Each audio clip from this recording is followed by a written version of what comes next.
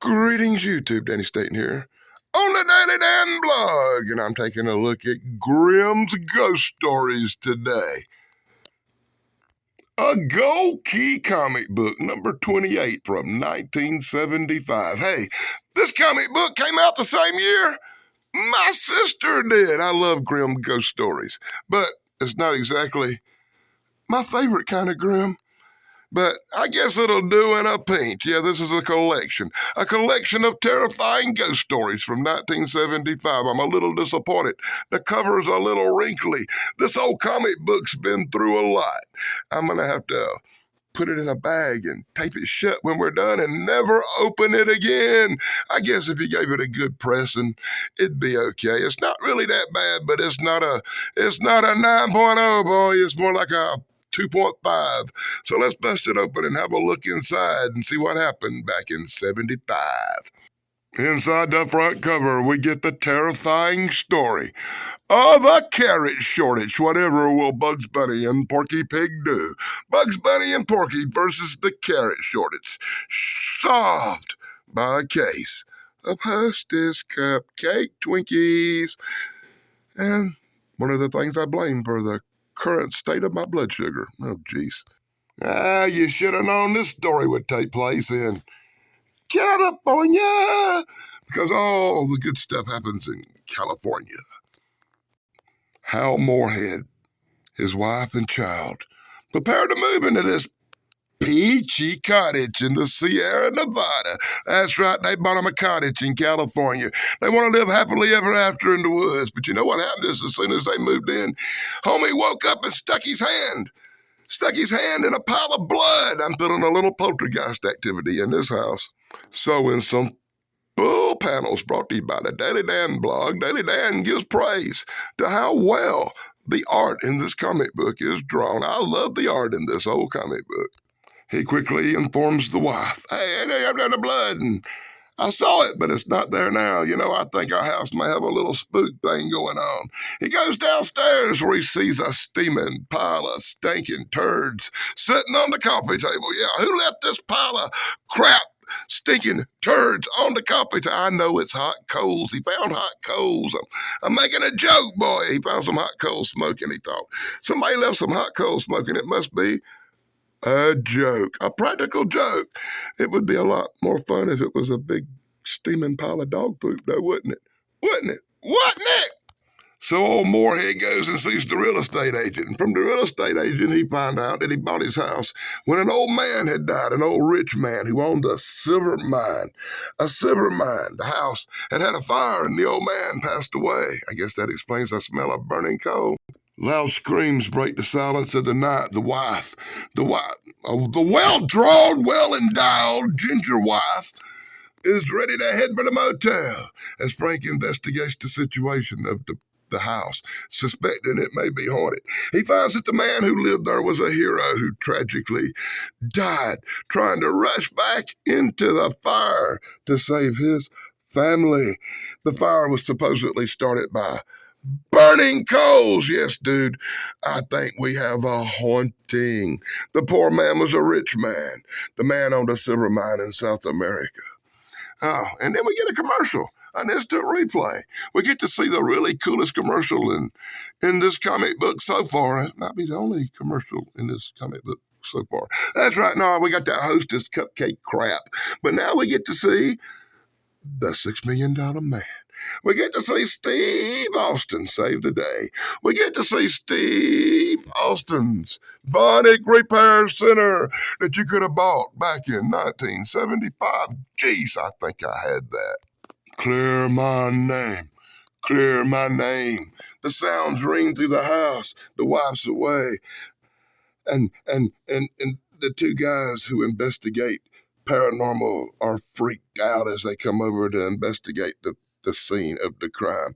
One of the psychics has a flashback, and in his psychic flashback, he realizes that the man, Frank, the man who had died, was a bank robber who robbed hundreds and hundreds of thousands of dollars from the bank and used it to buy a silver mine. Two men come to rob him one night. but they couldn't find no treasure. So they set the house afire. The man's family was in the house. He tried to run back in. He tried to save them. He tried to be a hero, but he failed. He failed. And now his ghost seeks justice. Justice against the other two robbers. Wah, wah, wah. What a dismal story, Dave. Dave! That's not the good stuff, brother. And it sure ain't the grim I wanted to be hanging around with, boy. It really isn't. Now, Info Panels, brought to you by the Daily Dan blog. We get our second interesting story. Well, I shouldn't say interesting. We'll just call it our second story. It's going to be about a horrible demon we're going to call a Mogwai. Yeah, Caucasian Sasquatch. If you're watching this, if you think I'm going to tell this story the way it's in the comic book, as crappy as it is, you're horribly mistaken. The battle starts as thugs try to beat an old man into revealing where he has hidden his Mogwai. They kidnap his son and take his son away, hold his son for ransom till he can reveal where he has held the Mogwai. So Chew Fat's over here rocking the ancient dragon bong, getting all cheesed out because his son's missing when bad guy shows up and says, "Hey, dude, give us the Mogwai. We want that little Mogwai, and we'll give you your son back. I kill you, he says. And they argue and they fuss over the Mogwai. And now I get a commercial for some really cool stuff, and I really needed a commercial. Boy, this story's dreadful. It's dreadful. You see all these really cool back patches? All these incredibly cool back patches that are turned the wrong way. I had each and every one of them. I swear to God I did. I even had a couple of the t-shirt decals, like the big S for Superman. Got my last name Staten. I had the S. You get that right? Yep. I had that one right here, too. Yep, I had all these shirts. So finally, the bad guy shows up at Chow Fat's old denim store where he sells like antiques, right? He tells him, "We're going to kill your son right here in front of you if you don't give us the Mogwai." He says, "You want the Mogwai? I'll give you something." And he releases the ghost from Casper. That's right. The ugly-looking ghost from Casper comes forth, terrorizes these evil men, and chases them down the road like a scene from a 1957 comedy. Oh, gee whiz. And his son's free. Yay! What a horrible story. You wouldn't have seen that in a real show like Grimm. Anyway, check this out. There's more shirt transfers, more iron-ons you could have had back in 1975. I wished I'd ordered that one. I had a few of these, but I had more of the other ones. And let's say, the greatest comic book ads of all time that still existed in 1975. You could have had the card tricks. The squirting nickel. Hey, the squirting nickel, I missed that one, but I had this little spy camera. I only used it once. It sucked. Took some really horrible pictures. I had the joy buzzer, too, and the smoke stuff. Look, this is for crappy Las Vegas magicians. That's how they get their start out of the back of comic books. So once again, in Full Panels, brought to you by the Daily Dan blog, I get to the story I really don't want to tell. Geez, God, this one hits a little close to home. What is the title? Put a tear in my eye. He couldn't live without her, I tell you, boy, and I know that feeling so well. It's going to be told by Diane Brooks. Oh, I'm sorry, Diane, I was making a joke. Anyway, the man and his wife, Harry and Abby. Harry and Abby were happy. They were happy. They had been together for 26 years, growing their little flowers in love with life. But then Abby's what was it? Sister got sick.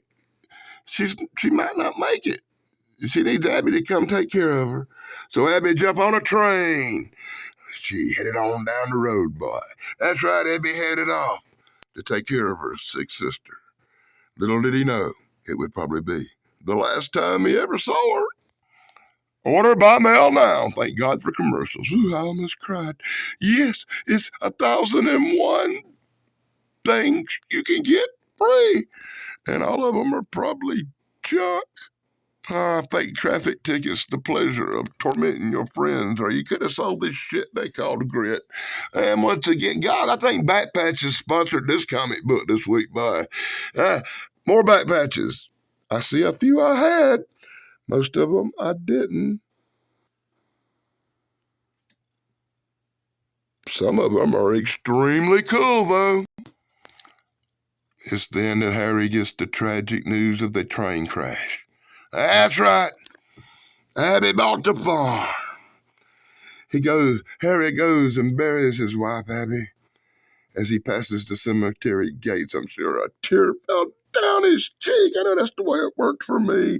And now somebody actually told him, you'll finally be free. You're free to do all the things you wanted to do. You can travel now, Harry. I would have punched that guy right in the face. Harry is heartbroken. It's a week. He comes by and puts flowers on Abby's grave. And one day a ghostly claw came from, what the hell? A ghostly claw came from the grave and grabbed him by the ankle. As he slipped and fell and bashed his skull on the gravestone, he looked back and saw her hand and cried, Abby! Abby! Abby! Abby from across time had reached out from the other side and snatched Harry with her. And now they'll walk together on the dark side. What a grim story. You got off better than I did, Harry. I'm still around suffering by. I suppose before I get into the tale of the one-armed musketeer to finish off this comic book, Jesus, I'm sorry for this comic book. I should apologize for these stories, right? I don't think my friend Dave Sunstorm or his incredible brother Steven Sunstorm is going to find this comic book to be the good stuff. But I think the unapologetic geek, Tug, might just find this the good stuff. Be sure to check out the Unapologetic Geek. You can see me there every Sunday at 1 p.m. Eastern as we criticize movies, TV shows, and much more. Be sure to check out Brain Bender's Banners. You can see me there on Saturday night, hanging out with the crew. Thrash Pondo Ponds, be sure to check out him. You can see me and Thrash Pondo Ponds together every other Sunday at 7 p.m. Eastern when we save the world. Be sure to check out Pat McCormick at the Golden Rage of TV. You know, he's got one of the coolest YouTube channels I ever seen, as well as my friend Bigfoot, Michigan Rob, that guy who wrote True Cryptid Encounters Book 1 and Book 2. Some of the best reading you'll ever read. Some of the best reading you'll ever read? Why did I really say that? Be sure to check out BK on the Air, Big Guys 45s, My Flock is Everywhere Sarah, the greatest producer in the history of YouTube. Check out the Retro Nerd Girl and the Nostalgic Podcast with our friend Chance. And to finish things off, check out Blue Line Bigfoot, Snarky, Caucasian Sasquatch, and my friends at the Life and Sad Endings channel. And as we get to the sad ending of this comic book, I bring you full panels one more time, brought to you by the Daddy Dan Blog. As we reach out with the long arm of the law, the long arm of the law in the times of the musketeers, that's right. He should have had 2 more musketeers with him, and this might went well as he went in search of the bad guys. He went in search of the robbers. He went one-on-one with the robber, and the robber swiftly chopped his arm off, and that led to a life of running around with one bloody arm, a nub. The boy's got a nub. He's the musketeer with the nub. That's when he discovered he had Phantom Hand power. Oh, God, he's an X-Man. This guy looks exactly like somebody on YouTube, but I just can't put my finger on it. Right down to his hairy Johnny Boots palms. I don't know. I just can't place who this reminds me of. But I know I've seen this face on YouTube. Probably telling a Bigfoot story somewhere. Well, anywhere, Phantom Hand guy goes out to the club. Nobody can see his Phantom Hand except for the guy who took it. The guy who took it sees the Phantom Hand pointing at him. Corey says, "Whoa, God, I don't see no Phantom Hand." Yeah, but the guy who took the arm does. But he has an order for this guy's arrest. He has to take him into custody. He can't kill the guy who took his arm. It breaks his heart, sadly. What? At least this comic book was the commercial king. It's the gift that keeps giving. I get all kinds of good commercials for all the cool stuff I had back in the 1970s. I'm kind of glad I didn't order that one, though. Had that. Had that. Had that. Had that. Still got that. Still got that. Oh, a potato gun. I should have ordered the potato gun. I know somebody that would love to have a potato gun. Or you could have had a collection of all the cool original comics put out by Walt Disney in the 40s and 50s, while all the way back to 1934. I would have ordered the heck out of all that stuff if I'd seen that commercial. So the dastardly prince bad guy, the robber guy who steals people's treasures and cuts off their arms, is brought before the king. And the king reads the charges. And the king says, we're going to execute this bad mother. And the guy freaks out, grabs a dagger, and takes the princess hostage. It's at that time dude releases Phantom Hand. Phantom Hand points at man. Phantom Hand freaks out man. Phantom Hand disarms man. Disarms man. And our hero, one-armed musketeer, sticks him up. And that's the end of the bad guy.